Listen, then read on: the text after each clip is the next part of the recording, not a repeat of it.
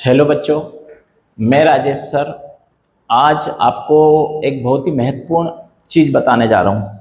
यानी कि मैं बहुत ही इम्पोर्टेंट टॉपिक आपको बताने जा रहा हूँ कि ज़्यादातर बच्चों की जो प्रॉब्लम होती है, बच्चे सभी पढ़ाई करते हैं, पढ़ाई बच्चे बहुत करते हैं, पर ज़्यादातर बच्चों के साथ जो प्रॉब्लम होती है वो ये होती है कि ज़्यादातर बच्चों को केमिस्ट्री याद नहीं होता। मैं केमिस्ट्री की बात कर रहा हूँ।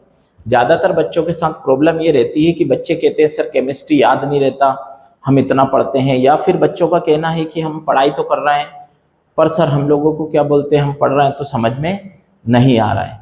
तो इसका कारण है कि बेटा आप जब केमिस्ट्री पढ़ाई कर रहे हो, आप कैसे पढ़ते हैं मैं बता रहा हूँ आपको।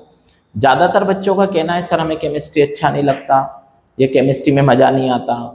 तो बेटा मैं आपसे ये कहना चाहूँगा कि आपने क्या है कि आपने एक दिमाग में एक धारणा बना ली, आपने अपने मन के अंदर सोच के रखा है, दिमाग में माइंड सेट कर लिया आपने कि केमिस्ट्री हमें अच्छी नहीं लगती या केमिस्ट्री में हमें समझ में नहीं आता। इसका कारण है क्या है कि देखिए कोई भी चीज़ अगर आपको कम समझ में आ रही है तो आप क्या कर रहे हैं कि उसको कम पढ़ रहे हैं। मतलब आपको केमिस्ट्री समझ नहीं आती, मतलब आपको अच्छी नहीं लग रही। समझ में आने का मतलब है कि आपको जब अच्छी नहीं लग रही तो वो चीज़ आपको समझ में नहीं आएगी। तो बच्चे क्या कर रहे हैं कि उस चीज़ को कम से कम पढ़ रहे हैं। अब जब आप उस चीज़ को पढ़ेंगे नहीं तो क्या होंगे, देखिए पहले तो आपका मन है नहीं, आपको वो अच्छी लग नहीं रही है, और अगर वो अच्छी नहीं लग रही तो आप उसमें क्या कर रहे हैं कि आप उसको पढ़ नहीं रहे हैं। मतलब कि आप क्या कर रहे हैं बेटा कि आप उसको कम टाइम दे रहे हैं, सब सब्जेक्ट में आप सबसे कम केमिस्ट्री पढ़ रहे हैं। इसके कारण क्या होते जा रहा है कि आप धीरे धीरे और पीछे होते जा रहे हैं। यानी कि आपके जो केमिस्ट्री से दूरियां और बढ़ती जा रही, यानी आप उसको सही ढंग से नहीं पढ़ पा रहे हैं। अब क्या हो रहा है कि जब आप उसको सही ढंग से नहीं पढ़ पा रहे हैं, बराबर टाइम नहीं दे रहे हैं, तो आपको याद नहीं हो रहा है। और मैं आपको एक चीज बताऊंगा बेटा कि केमिस्ट्री ऐसा सब्जेक्ट है जिसमें कोई भी चीज बदलती नहीं है। यानी कि आप देखेंगे फिजिक्स में और मैथ्स में, तो मैथ्स में क्या होता है बेटा कि क्वेश्चन है तो उसमें कोई भी चीज चेंज हो जाएगी, कोई भी चीज बदल कर आ जाएगी। पर केमिस्ट्री में क्या होता है कि हर चीज फिक्स है, यानी कि जो है वो है।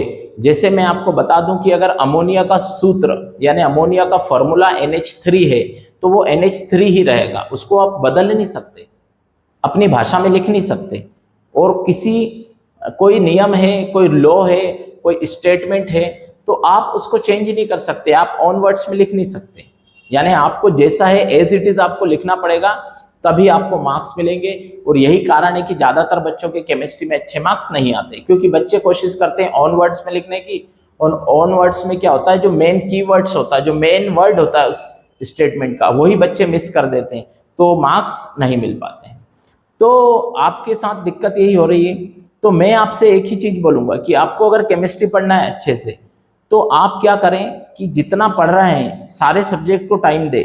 पर केमिस्ट्री को आप टाइम दे रहे हैं ना, जितना डेली टाइम दे रहे हैं सारे सब्जेक्ट को, उससे थोड़ा ज्यादा टाइम दे केमिस्ट्री को।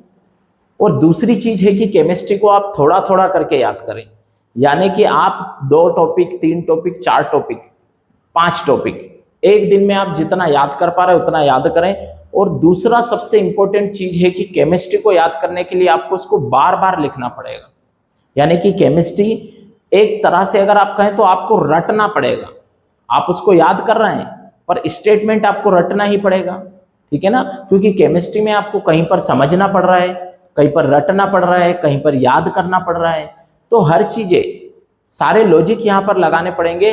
और मैक्सिमम क्या होता है, उसको आपको चीजों को समझने से ज्यादा उनको याद करना पड़ेगा, क्योंकि हर चीज का रीजन नहीं हो सकता। कोई स्टेटमेंट है तो उसका कोई रीजन नहीं है। दूसरी सबसे इंपॉर्टेंट चीज अगर देखी जाए तो केमिस्ट्री में एक्सेप्शन बहुत होते हैं, मीन्स की अपवाद बहुत होते हैं। तो अगर एक्सेप्शन की बात करें तो वो आपको क्या करना पड़ेगा, वो याद ही रखने पड़ेंगे, आप उसको थोड़े ना समझ सकते हैं। तो आपको केमिस्ट्री को ज्यादा से ज्यादा पढ़ना पड़ेगा, बार बार एक चीज को लिखना पड़ेगा, और लिख के आप प्रैक्टिस करें। आप एक एक क्वेश्चन को 2-2 बार लिखें, 3-3 बार लिखें। जिससे क्या होगा कि आप जब क्वेश्चन को लगातार बार बार लिखेंगे, बार बार लिखकर याद करेंगे, तो वो क्वेश्चन आपका क्या होगा, आपको याद हो जाएगा। और दूसरा चीज, बार बार जब आप प्रैक्टिस करेंगे, बार बार उसको लिखेंगे, तो आपका माइंड और हाथ सेट हो जाएगा। तो मतलब आप उसको कभी भूल नहीं सकते। केमिस्ट्री में अगर रिएक्शन है तो आपको रिएक्शंस को बार बार लिखना पड़ेगा, बार बार लिख के याद करना पड़ेगा, जब भी आप रिएक्शंस याद रख पाएंगे। अगर आपके कोई लॉज हैं या नियम है या कोई स्टेटमेंट्स है, उनको आपको बार बार पढ़ना पड़ेगा, बार बार लिखना पड़ेगा, और लिख लिख कर बार बार प्रैक्टिस करके ही आप उनको याद रख सकते हैं। अगर आप ऐसा सोचें कि हम एक बार पढ़ लें और उसके बाद उसको एक बार पढ़ के हम लिख दें, तो ये पॉसिबल नहीं हो सकता।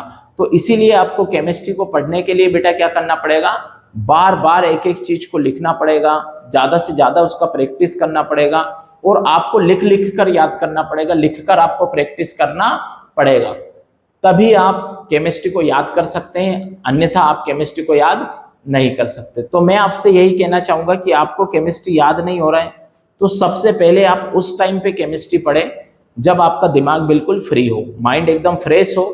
फ्रेश माइंड से याद करेंगे तो याद होगा। दूसरी चीज, थोड़ा थोड़ा करके पढ़ें।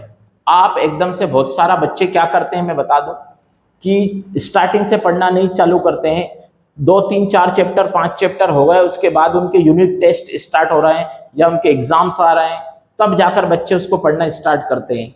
अब जब बच्चे उसको पढ़ना स्टार्ट करेंगे तो क्या होता है कि इतना सारा हो गया, 3 4 5 चैप्टर हो गए, आधी कॉपी भर गई है आपकी, तो उसमें आप कहाँ से पढ़ना शुरू करें, आपको समझ में ही नहीं आता। जैसे भी आप जब कॉपी खोलेंगे आपको कुछ समझ में नहीं आएगा, तो आप फिर कॉपी बंद करके रख देंगे।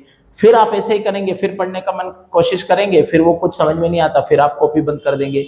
तो ऐसे करने से लगातार लगातार आप पीछे छूटते जा रहे हैं। तो इसका क्या मतलब है, आपने क्या किया कि आपने स्टार्टिंग से उसको नहीं पढ़ा। आप क्या करें, स्कूल में, जैसे अगर आप स्कूल में पढ़ रहे हैं तो स्कूल में टीचर जो पढ़ा रहे हैं, आप बस इतना करें कि जो स्कूल में टीचर ने पढ़ाया उसको डेली घर जाके पढ़ें। या अगर आप कोचिंग जा रहे हैं, आप कोचिंग में पढ़ रहे हैं, तो जितना आपके कोचिंग वाले टीचर ने पढ़ाया उतना आप डेली घर जाके प्रैक्टिस कर ले। मतलब आपको डेली का जितना करवाया जा रहा है उतने का आप घर जाके प्रैक्टिस कर लें, उसको अच्छे से समझ लें, उसको लिख के देख लें, उसको पढ़ लें। और अगर डेरिवेशन है तो उसको कर लें, न्यूमेरिकल है तो उसको करके समझ लें, न्यूमेरिकल के कॉन्सेप्ट समझ लें, और अगर स्टेटमेंट है तो उसको बहुत अच्छे से कंठस्थ, एकदम 100% श्योरिटी के साथ आप उसको याद कर लें।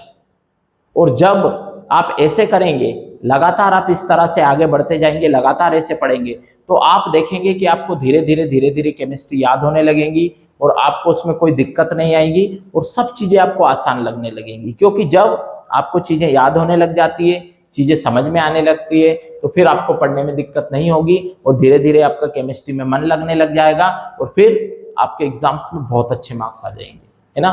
तो आप इस तरह से अगर लगातार केमिस्ट्री पढ़ेंगे, इसी तरह से आप केमिस्ट्री पढ़ सकते हैं, इसके अलावा आप चाहें तो नहीं पढ़ सकते। दूसरी इंपॉर्टेंट चीज, आप फालतू चीजें छोड़कर पढ़ाई पे ध्यान दें और कंसंट्रेशन के साथ मन लगाकर पढ़ाई करें, तो आप केमिस्ट्री कभी भी नहीं भूलेंगे। इस तरह से आप केमिस्ट्री पढ़ सकते हैं, है ना। तो मैं आशा करूंगा कि आपको ये चीज समझ आई होगी कि आप कैसे केमिस्ट्री पढ़ेंगे, कैसे इसको समझ सकते हैं।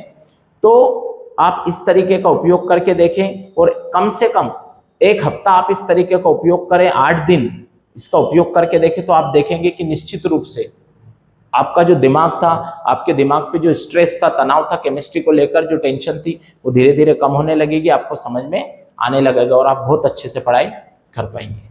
Thank you so much.